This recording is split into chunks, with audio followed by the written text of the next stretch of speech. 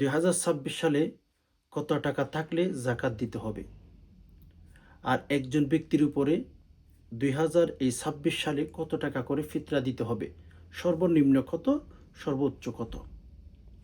As a মুসলিম হিসাবে এই বিষয়টা কিন্তু জানা থাকা অত্যন্ত জরুরি। অসংখ্য গণিত নারী পুরুষ জানেন না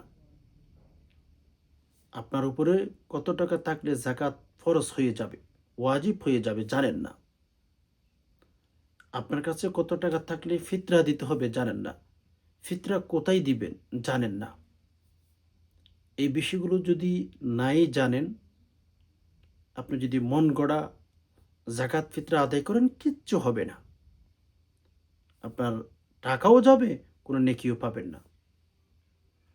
এজন্য আমি সবার কাছে বলবো, যদি হাতের সময় থাকে ভিডিওটি দেখার চেষ্টা করবেন। আমি একদম সহজভাবে আপনাকে বুঝিয়ে দেওয়ার চেষ্টা করব যে 2026 সালে কত টাকা থাকলে জাকাত দিতে হবে আর কত টাকা করে ফিতরা দিবেন। একটু সবর করে ভিডিওটি শুরু থেকে শেষ অবধি মনোযোগ সহকারে দেখতেই থাকুন। আর হ্যাঁ, এখনো পর্যন্ত যে সমস্ত ভাই বোন লাইক করেন নাই, অবশ্যই একটি লাইক করে ফেলুন। চ্যানেলটি সাবস্ক্রাইব করে অল নোটিফিকেশন অন করে ফেলুন। আমি যখনই ভিডিও আপলোড করব সবার আগে যেন আপনার কাছে নোটিফিকেশন চলে যায়। সম্মানিত দিনী ভাই বোন, জাকাত আমরা অনেকে দিতে চাই না, বলে কেন? তাদের একটা কথা থাকে, যদি জাকাত আদায় করি তাহলে হচ্ছে সম্পদ কমে যাবে। প্রথমত জাকাত এটা আরবি শব্দ। আল্লাহ পাক রব্বুল আলামিন কোরআনুল কারিমের ভেতরে যে সমস্ত জায়গায় নামাজের কথা উল্লেখ করেছেন, নামাজের পরে জাকাতের কথা উল্লেখ করেছেন বিভিন্ন আয়াতে। রব্বুল আলামিন ওয়াকিমুস সলাতা ওয়া আতুজ যাকা, নামাজ কায়েম করো, জাকাত আদায় করো। আমরা যারা মুসলিম, আমরা যারা ঈমানদার আছি, আমরা নামাজকে ফরজ বিধান, এটা যদিও অনেকে পড়ি না, বাট স্বীকার করতে বাধ্য যে নামাজ ফরজ বিধান, এটা করতে হয়। আর জাকাত এটা আমাদের সমাজ থেকে দূর হয়ে যাচ্ছে। জাকাত আদায় করাটাকে মানুষ করুণা মনে করে, দয়া মনে করে। আমি তাকে জাকাত দিচ্ছি, দেন আমি তার উপর দয়া করতেছি, করুণা করতেছি না। জাকাত এমন জিনিস, জাকাত হচ্ছে আপনার সম্পদের মধ্যে গরিবের হক আল্লাহ পাক দিয়েছেন। আপনি যার হক তাকে দিয়েছেন। এখানে গরিবকে আপনি করুণা করতেছেন না, দয়া করতেছেন না। অনেকেই জাকাত এই বিষয়টাকে করুণা মনে করে, যে গরিবদেরকে দিতেছে, সে দয়া করতেছে, করুণা করতেছে, এগুলো মনে করে থাকে না। এটা আপনার উপরে বা আপনার কাছে গরিবদের হক আল্লাহ সুবহানাহু ওয়া তাআলা দিয়েছেন। এটা করুণা নয়, এটা আপনার হক, এটা আপনার দায়িত্ব, আপনি পালন করতেছেন যে গরিব মানুষকে দিতেছেন। গরিব মানুষের হক আল্লাহ সুবহানাহু ওয়া তাআলা আপনার কাছে দিয়েছেন। বুঝতে পেরেছেন?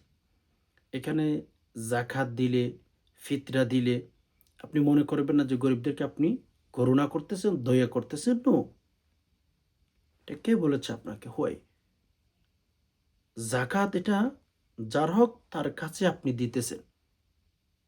এটা নিয়ে টেনশন করার, এটা নিয়ে মানুষকে ভাব দেখানো, এটা নিয়ে ওই করা সে করার কোনো মানে হতে পারে না। এটা বিধান, এটা ফরজ বিধান। আর ভাই, আপনি কোরআনুল কারিমের ভেতর দেখেন, ওয়াকিমুস সলাতা ওয়া আতুজ যাকা।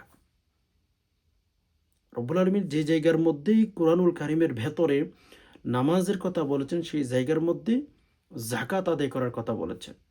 তাহলে স্পষ্ট হয়ে যায় আল্লাহ সুবহানাহু ওয়া তাআলার ফরজ বিধান, এটা আদায় করতে হবে। অস্বীকারীদেরকে আল্লাহ তাআলা জান্নাত দিবেন না।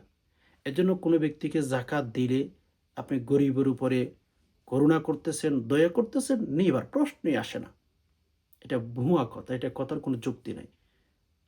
আপনি মনে করতে পারেন সেটা আপনার চিন্তাধারা, কিন্তু রব্বুল আলামিন, আল্লাহ পাক রব্বুল আলামিন বলেছেন সেটা গরিবের হক, যার হক তার কাছে দিতেছেন। আমাদের সমাজে দেখা যায় যখন জাকাতের টাকা পয়সা সে দেওয়ার জন্য নিয়ত করে, বিশেষ করে রমাদান মাসে দেখা যায় কিছু মানুষ কি হচ্ছে শাড়ি কিনে, লুঙ্গি কিনে এগুলো দেওয়ার চেষ্টা করে। অথচ জাকাত দেওয়ার নিয়ম কেমন জানেন? যদি আপনার আত্মীয় স্বজন কোনো গরিব মানুষ অসহায় থাকে, গরিব থাকে, মিসকিন থাকে, ফকির থাকে, আপনি তাদেরকে এভাবে জাকাত আদায় করেন, সে যেন আগামী বছর আবার জাকাত দিতে পারে। সেই সিস্টেমে বা সেই নিয়মে আমাদের জাকাত আদায় করা দরকার। কিন্তু আমাদের সমাজের মানুষ, আমাদের দেশের মানুষগুলো কিন্তু ওই সিস্টেম ফলো করে না। আজকে যাকে জাকাত দিচ্ছেন, সে আগামী বছর আবার জাকাত খাবে। জাকাত দেওয়ার অর্থ এটাই যেন সমাজ থেকে, দেশ থেকে, কান্ট্রি থেকে যেন হুম দারিদ্র দূর হয়ে যায়, যেন দারিদ্রতা নাই থাকে। দারিদ্রতা বিমোচনের জন্য আমাদের বিভিন্ন উন্নত মানের কান্ট্রিগুলো অনেক পন্থা অবলম্বন করেছে, তারা ব্যর্থ হয়েছে। দারিদ্রতা বিমোচনের জন্য রব্বুল আলামিন যে একটা জাকাতের সিস্টেম করে দিয়েছেন, এটাই সবচেয়ে বেস্ট, এটাই সবচেয়ে ভালো। আমি একটা কিতাবের ভেতর পেয়েছি, সমাজের মানুষ যদি,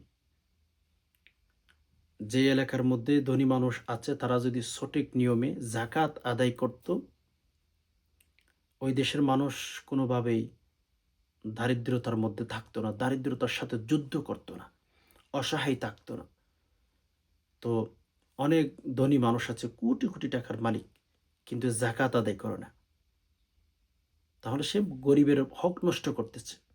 ফলে দেশ থেকে, কান্ট্রি থেকে দারিদ্রতা যাচ্ছে না। এই আমানতের খেয়ানত করতেছে। আল্লাহ তাআলা তাকে সম্পদ দিয়েছে। সম্পদ দেওয়ার পাশাপাশি তার উপরে রব্বুল আলামিন জাকাত ফরজ করে দিয়েছে। বাট সেটাকে সে ফলো করতেছে না। যার মানে সে কিন্তু জুলুম করতেছে। এজন্য একটা কিতাবের ভেতর আমি পেয়েছি, একটা এলাকার মধ্যে যে সমস্ত মানুষ বসবাস করে, আল্লাহ পাক রব্বুল আলামিন তারা যেন সবাই রিজিক ভালোভাবে খাইতে পারে, আহার করতে পারে, চলাফেরা করতে পারে, সেই পরিমাণ সম্পদ, সেই পরিমাণ রিজিক, সেরকম খাবারের ব্যবস্থা আল্লাহ তাআলা করে রাখেন। এগুলো আমরা হয়তো বুঝতেছি না। কিন্তু কিছু গরিব মানুষ ধনী মানুষের পাশে থাকে, এলাকায় থাকে। ধনী মানুষের কাছে গরিবের হক রয়েছে, জাকাতের টাকা, সেগুলো নিয়মিত আদায় করে না। নিয়মিত আদায় না করার কারণে, সঠিক পদ্ধতিতে আদায় না করার কারণে গরিব গরিব থেকে যাচ্ছে। সমাজের মধ্যে দারিদ্রতা দিন দিন বেড়ে চলছে। গরিবরা গরিব, গরিব হচ্ছে, ধনীরা ধনী হচ্ছে। এজন্য ভাই বোন, আমি সবার কাছে অনুরোধ করব, যাদের কাছে টাকা পয়সা সবকিছু আছে, তারা অবশ্যই ঠিক টাইমে নিয়ম অনুযায়ী জাকাত আদায় করার চেষ্টা করবেন। তাহলে সফল হবেন, তাহলে সাকসেস ইনশাল্লাহ হবেন। তো যাই হোক, সম্মানিত দিনী ভাই বোন, এখন কথায় আসি। আমরা যারা জাকাত আদায় করলে সম্পদ কমে যায় ওটা মনে করে থাকি। যেমন আমি যদি আপনাদেরকে বলি, জাকাত আদায় করলে বলা মুসিবত থেকে আপনি আমি রক্ষা পাবো। জাকাত আদায় করলে আপনি আমি বলা মুসিবত থেকে রক্ষা পাবো, এটা নিশ্চিত। জাকাত আদায় করলে, জাকাত আদায় করা মানে আপনার সম্পদগুলোকে ধুয়ে ফেলা। যেমন আমাদের শরীরে ময়লা হলে আমরা সাবান দিয়ে গোসল করলে কেমন যেন একটু ফ্রেশ ফ্রেশ মনে হয়। তেমনিভাবে আমাদের জাকাতের উপর, আমাদের টাকা পয়সার উপরও বলা মুসিবত আসতে পারে। আমাদের ঘরের উপর বিপদ আসতে পারে। আমার নিজের জানের উপর বিপদ আসতে পারে। আপনি যখন সঠিক নিয়মে জাকাত আদায় করবেন, আল্লাহ পাক রব্বুল আলামিন আপনার মাল, সম্পদ, টাকা পয়সা, গাড়ি বাড়ি এগুলোকে পরিষ্কার করে দিবেন বলা মুসিবত থেকে। একটা ঘটনা মনে পড়ে গেছে, আপনাদেরকে একটু শোনাই, হ্যাঁ? তো এক এলাকা, ইউরোপের এক অ্যা গ্রাম আরকি। তো সেখানে সবাই বসবাস করে খ্রিস্টান। হুম? আগুন লেগে পুরো একটা মহল্লা জ্বলে গেছে। একটা গ্রামে আগুন লেগেছে, আগুন লেগে পুরা মহল্লা জ্বলে গেছে। বাট একটা ঘর জ্বলে নাই, একটা ঘরের মধ্যে আগুন লাগে নাই। আগে যেমন ছিল তেমনই রয়ে গেল। একটা ঘরের কথা বলছি। তো সবাই তাকে ধরল যে, "ভাই, আমাদের এলাকায় আগুন ধরেছে। আর আমাদের বাড়িঘর সব জ্বলে পুড়ে ছাই হয়ে গেছে। অথচ আপনার ঘরটা কিন্তু আগুন আগুন লাগে নাই, বা আপনার ঘরটা এখনো সুরক্ষিত রয়েছে। হোয়াই? কারণ কি? একটু আমাদেরকে বলেন।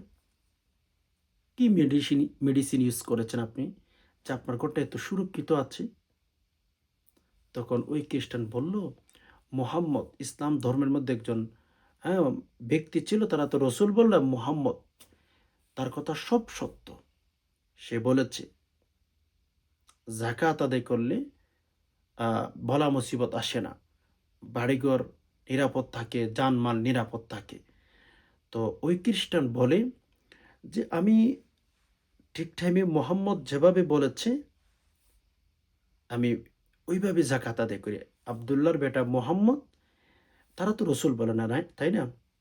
আবদুল্লাহর বেটা মোহাম্মদ যেভাবে তাদের ইসলাম ধর্ম অনুযায়ী জাকাত আদায় করার কথা বলেছে, আমি সেভাবে কিন্তু জাকাত আদায় করি।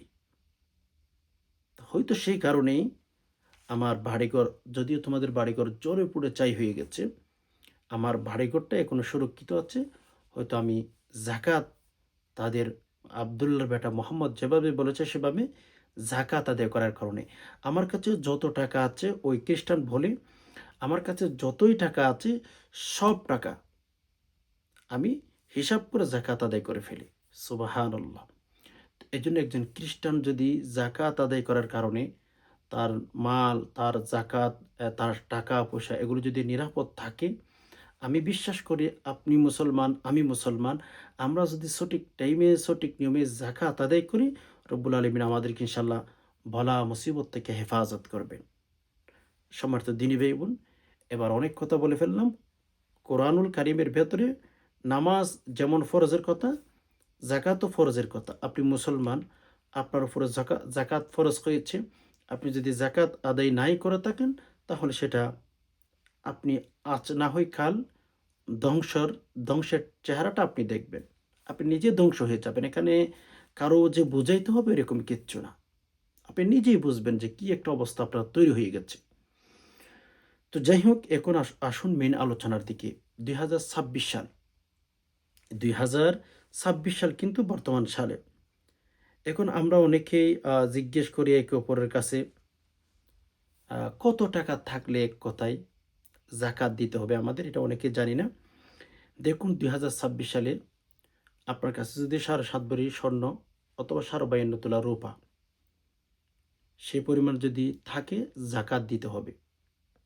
৭.৫ ভরি স্বর্ণ, ৫২ তোলা রূপা, সেই পরিমাণ যদি আপনার কাছে স্বর্ণ থাকে, রূপা থাকে, টাকা পয়সা থাকে, দোকানপাট থাকে, ব্যবসা বাণিজ্য বিভিন্ন জিনিসের মূল্য যদি সেই পরিমাণ হয়ে থাকে, আপনার জাকাত দিতে হবে।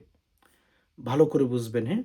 আপনি ব্যবসা করেন, দোকানের মাল আছে, সেখানে যদি ৭.৫ ভরি স্বর্ণ বিক্রি করলে যেই পরিমাণ, সেই পরিমাণ যদি টাকা থাকে, অথবা ৫২ তোলা রূপা।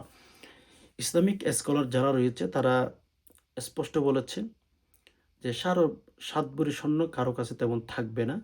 তো গরিবের যেখানে যেদিকে তাকাইলে গরিবদের, মিসকিনদের, ফকিরদের উপকার হবে সেদিকে তাকিয়েছেন। ইসলামিক স্কলারের কথা হচ্ছে ৫২ তোলা রূপা যদি কোনো ব্যক্তির কাছে থাকে, ৭.৫ ভরি স্বর্ণ এগুলো থাকবে না। এজন্য সমাজের মধ্যে যদি দেখেন বেশিরভাগ মানুষের উপরে জাকাত ফরজ হবে না। তো এজন্য ইসলামিক স্কলার যারা রয়েছে, মুহাদ্দিসিন ইকরামগণ হচ্ছে আপনার যেদিকে তাকাইলে গরিবদের উপকার হয়, মিসকিনদের উপকার হয় সেদিকে তাকিয়েছেন, অর্থাৎ ৫২ তোলা রূপা।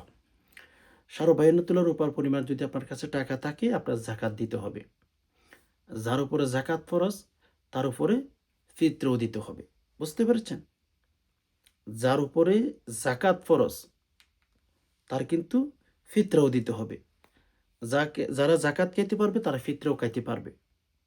মিসকিন গরিব সারো হচ্ছে আপনার ৫২ তোলা রূপা পরিমাণ টাকা নাই, ঘরের মধ্যে অল্প টাকা আছে, খাইতে পারে, ওরকম ব্যক্তিদেরকে আপনারা জাকাত দিতে পারেন, ফিতরা দিতে পারেন। সম্মানিত দিনী ভাই বোন, এখন কথা হচ্ছে আমাদের যদি জাকাত দিতে চাই, সর্বমোট আপনারা হয়তো অনেকে আবার রূপা বুঝবে না, ৫২ তোলা রূপার মূল্য কত টাকা আসতে পারে। আপনারা যে এলাকায় থাকেন, যে শহরে থাকেন, সেখানে গিয়ে এক ভরি রূপার মূল্য কত টাকা দেখবেন, সেই হিসাবে ৫২ তোলা রূপা আপনারা যোগ বিয়োগ করে টাকা যদি সেই পরিমাণ থাকে, আপনারা জাকাত দিয়ে ফেলবেন, যে এলাকায় থাকেন, যে কান্ট্রিতে থাকেন। তবে আমি যদি আমাদের বাংলাদেশের কথা বলি আপনাদেরকে, বর্তমান কিন্তু বাংলাদেশের মধ্যে আপনার কাছে যদি ২,২৫,৫০০ 750 টাকা থাকে, 2,25,750 টাকা যদি আপনার কাছে থাকে, জাকাত দিতে হবে। আর জাকাত দিতে হলে ফিতরাও দিতে হবে।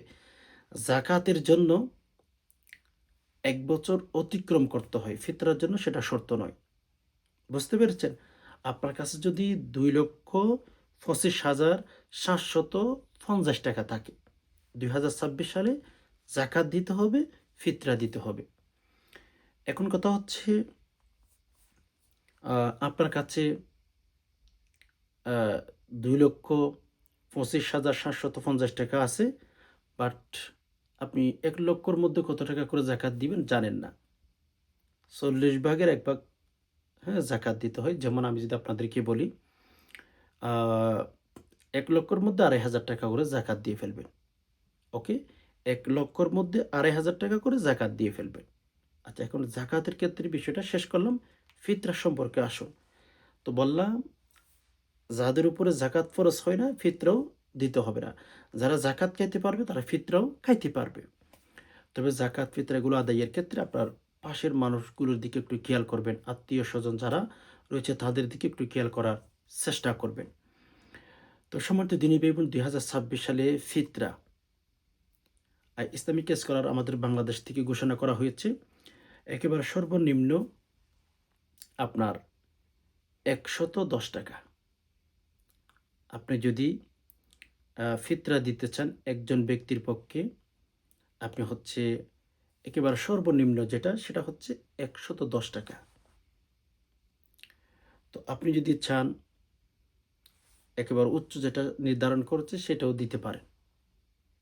আমি নিম্ন যেটা আছে ওটাই বলেছি। তো সম্মানিত দিনী ভাই বোন, যেটা আপনার জন্য ভালো হয়, আপনি কি বেশিটা দিবেন নাকি কমটা দিবেন সেটা আপনার উপরেই নির্ভর করবে। আপনি যদি চান একেবারে সর্বোচ্চটা দিবেন তাহলে আপনার জন্য ভালো হয়। একজন মানুষ চাইলে একেবারে নিম্নস্থান যেটা আছে ওইটাও দিতে পারে, কোনো সমস্যা নাই। আশা করি বিষয়টা বুঝতে পেরেছেন। সম্মানিত দিনী ভাই বোন, আমরা যদি সঠিক নিয়মে জাকাত ফিতরা এগুলো আদায় না করি, তাহলে আল্লাহ আমাদের উপর কিভাবে রাজি হবেন? আল্লাহ তাআলা আমাদের উপর অসন্তুষ্ট হয়ে যেতে পারেন। এজন্য সঠিক নিয়মে আমি যেভাবে বলেছি এভাবে জাকাত ফিতরা আদায় করুন। ইনশাআল্লাহ আল্লাহ পাক রব্বুল আলামিন অবশ্যই আমাদেরকে জান্নাত দিবেন। আমাদের জীবনের গুনাহগুলো মাফ করে দিবেন।